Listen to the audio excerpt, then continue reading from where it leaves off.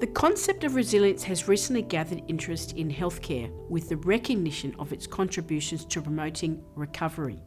Resilience has been defined as an essential attribute assisting us to adapt to challenging or traumatic physical, social, and emotional events. Precursors to the concept of resilience is a sense of mastery and effective coping skills. In fact, the word resilience originates from the Latin root resilia, meaning to rebound. Therefore, resilience is the ability to bounce back from the traumatic or stressful experiences and adapt flexibly to the changing demands. With resilience, we can transcend adversity, transforming it into an opportunity for personal growth and allowing us to move on. In general, it's the capacity for flexible and resourceful adaptation to external and internal stresses. So what defines resilient behaviours? The notion of hope, self-efficacy and coping are central. Resilience is composed of self-confidence, curiosity, self-discipline and self-esteem and control. Subsequently, resilient individuals display an optimistic, energetic and enthusiastic approach to life and are open to new challenges. They are active, positive copers who don't avoid the difficult parts of recovery. Resilience has been shown to protect individuals against breakdown following traumatic events and may help alleviate feelings of helplessness when faced with adversity.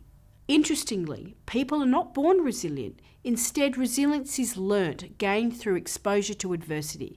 This implies that resilience develops over time as a positive process and not just a personal trait. So it can be seen as an adaptive state that can be nurtured throughout one's life.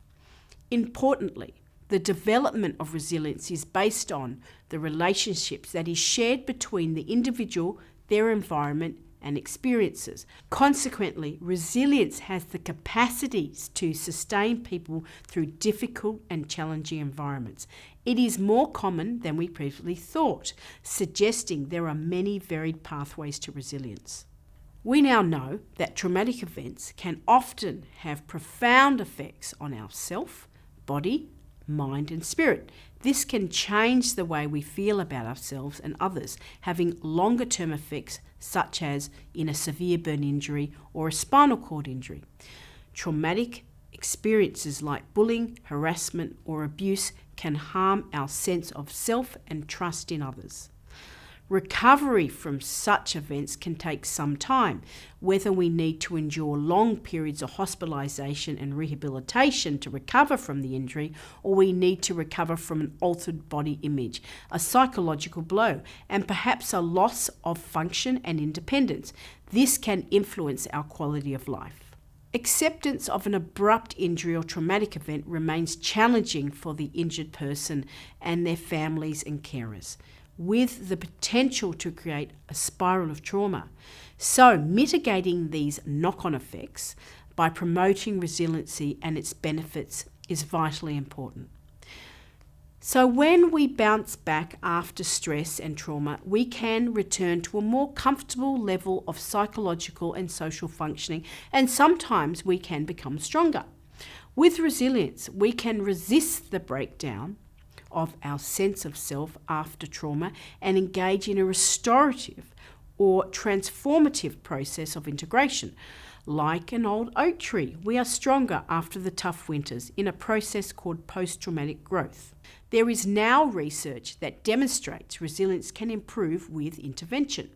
Here we have so far focused on the more explicit use of the term resilience and its measurement.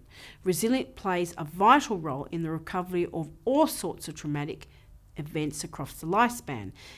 It is reassuring that we have evidence that people bounce back even after extremely traumatic events.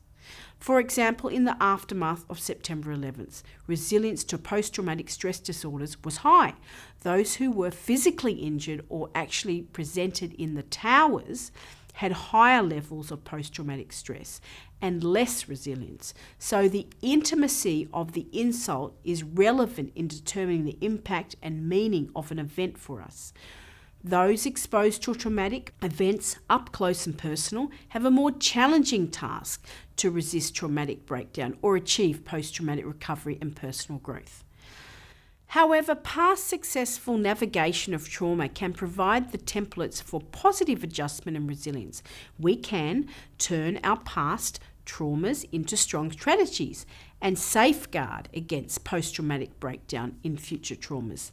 This is part of the learning we try to scaffold in our children and young people to stress-proof them and help our young saplings grow to be strong old oak trees. When stressed, it helps to build and manage stress successfully, building up their resilience incrementally. And if they are exposed to more traumatic events, we step in and find how to support them in ways that grow their own sense of self, sense of mastery. We help the broken bones, hearts, minds, and spirits restore. Wider supports are also important. Positive social and emotional supports from family, peers, and community, or a religious or spiritual source. In severe burn injuries, for example, we are finding the power of peer support. This is an important innovation in the recovery in mental health. If I know what it's like to struggle to recover from my own lived experience, I can support you on your journey. This is covered in the talk on recovery. So we can help each other grow resilience and have the experience of bouncing back. I can be stronger again, and my relationships and community can support me. We grow resilience in these kind of respectful, caring, and connected relationships that help individuals, families, and communities bounce back.